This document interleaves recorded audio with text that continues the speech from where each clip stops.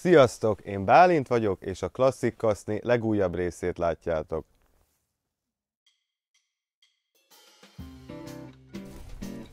Mai alanyunk egy 1957-es évjáratú Opel Olympia rekord, ami már egészen újkora óta a magyar utakat járja. Az Opel az 1930-as évek óta gyártotta az Olympiát, ami az 50-es évekre a Capitain-t követő második legdrágább modellé vált.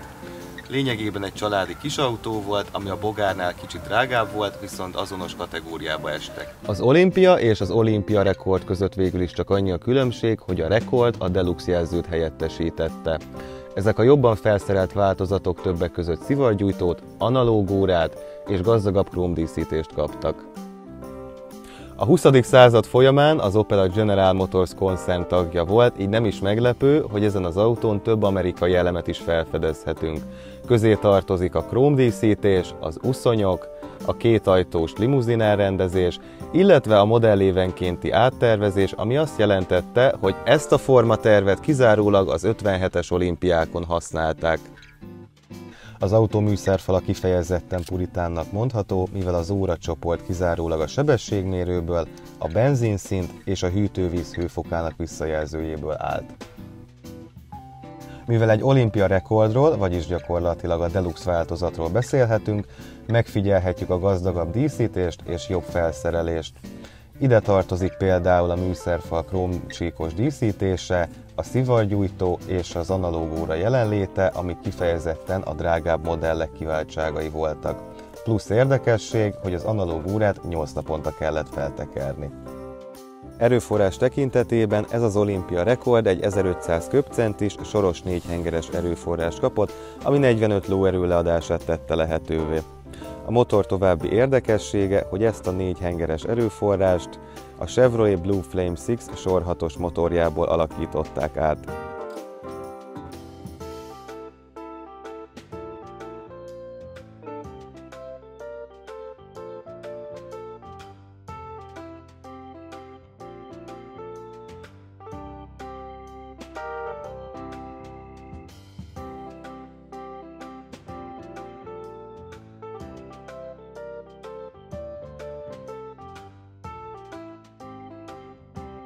Szóval 7 évvel ezelőtt került hozzám.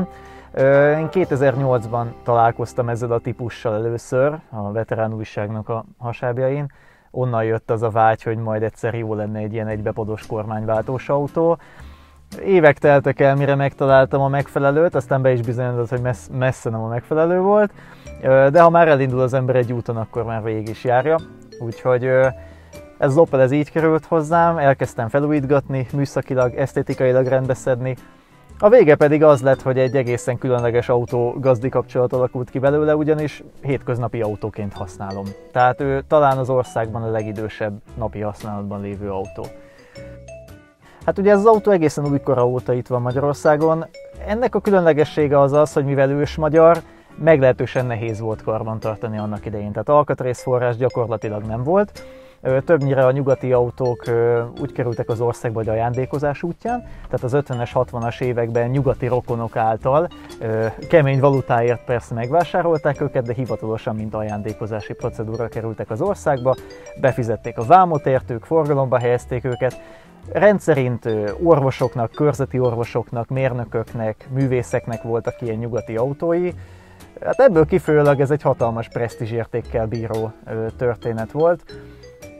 Később jöttek a problémák, ahogy az alkatrész vákuumban életben kellett őket tartani. Tehát nem volt olyan egyszerű, mint egy gömbölyű Warburghoz például alkatrészt vásárolni, nem volt olyan, mint egy Trabant ilyen szempontból, de a kreatív magyar az mindig föltalálta magát, mindig vagy átalakították az alkatrészeket, vagy legyártották az alkatrészeket.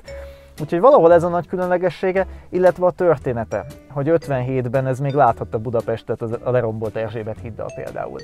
Láthatta a régi Nemzeti Színházat. Tehát ez az autó ez itt élt velünk. Ez nem egy külföldről behozott cukormázas restaurált veteránautó OT-vizsgával, hanem ez maga a magyar közlekedés történetnek egy aprócska élő darabkája, ami a mai napig élő darabkája, és nem csak egy múzeumi darab. Én úgy gondolom, hogy ez egy különleges értéke ennek a konkrét példánynak. Annak ellenére, hogy ez, mint tény, amit most elmeséltem, ez gyakorlatilag csak megnehezíti az életben tartását.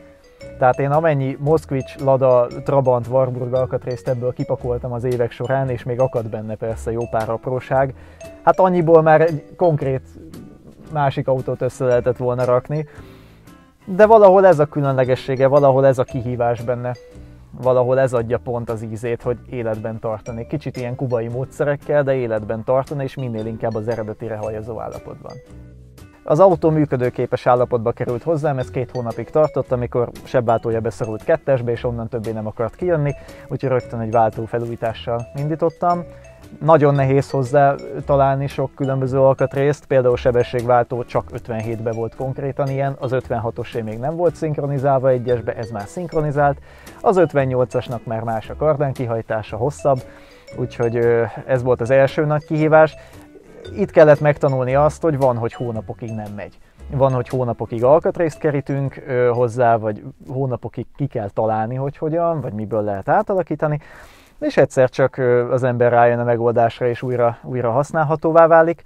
Lényegében ez egy mondjuk úgy egy rolling restoration, ha lehet ilyet mondani, tehát folyamatosan használatban van, ha baja van, megcsinálom, mindig egy picit próbálom fejleszteni, hátra van még a kárpitozás, szeretnék egyszer egy szép fényezést rá, mert azért ez messze nem olyan, ami ennek kellene, bár talán pont ez a patina az egyik különlegessége neki, a történetéhez hozzátartozik.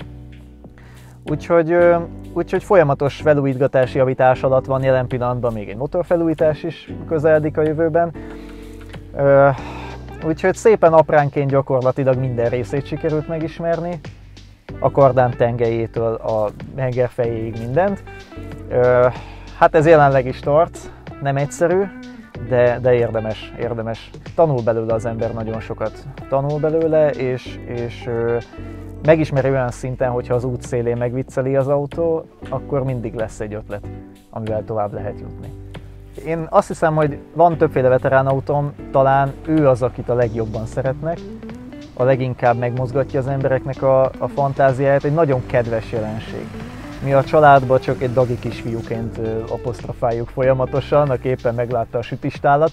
Ezt egy kedves barátom mondta rá egyébként, mikor megvettem ezt az autót, amikor mondta neki, hogy milyen szexi a forma. Ő azt mondta, hogy nem szexi, hanem ez egy dagi kisfiú, aki meglátta a sütistálat. Hát innen jött az, hogy ha már a rendszám adja magát, hogy Elemér a neve, akkor már tényleg egy dagi kisfiúként gondolunk rá. A reakciók azok mindig nagyon pozitívak. Tény, hogy nem egy gyors autó, nem egy nagyon fürge autó, egy picit le kell hozzá lassulni, de a forgalom is úgy lassul le hozzá, ahogy mozog. Mindenki szeret belenézni, mindenki szereti Moszkvicsnak nézni, olyankor mindig egy picit megsiratom a dolgot, hogy nem Moszkvics, de tény, hogy van közöttük hasonlóság, és nem is véletlen a szovjeteket ismerve. Úgyhogy a reakciók mindig nagyon pozitívak. A forgalom ritmusát hát egy kis hunyorgással veszi fel. Ennek az autónak a terepe az a vidék. A vidék, a régi bogárhátú utak, sokszor macskakővel, finom puha rugózással, jó fűtéssel. Ez az autó úgy él, hogy 70-80-90-nel bárhová elmegy, kényelmesen utazunk benne, és látogatjuk a vidéki rokonokat. Tehát ő egy teljesen más világra lett kitalálva, mint amit ma élünk. Nem a lámpától lámpáig gyorsulás volt a lényeges momentuma a napoknak, hanem az, hogy szépen kényelmesen beült a 4-5 fős család, és eljutottak hétvégén a rokonokhoz. Viszonylag nagy üzembiztonsággal, viszonylagos, de én azt hiszem, hogy elég nagy kényelemben. Úgyhogy neki nagyjából a természetes élőhelye az a klasszikus vidéki falusi utak.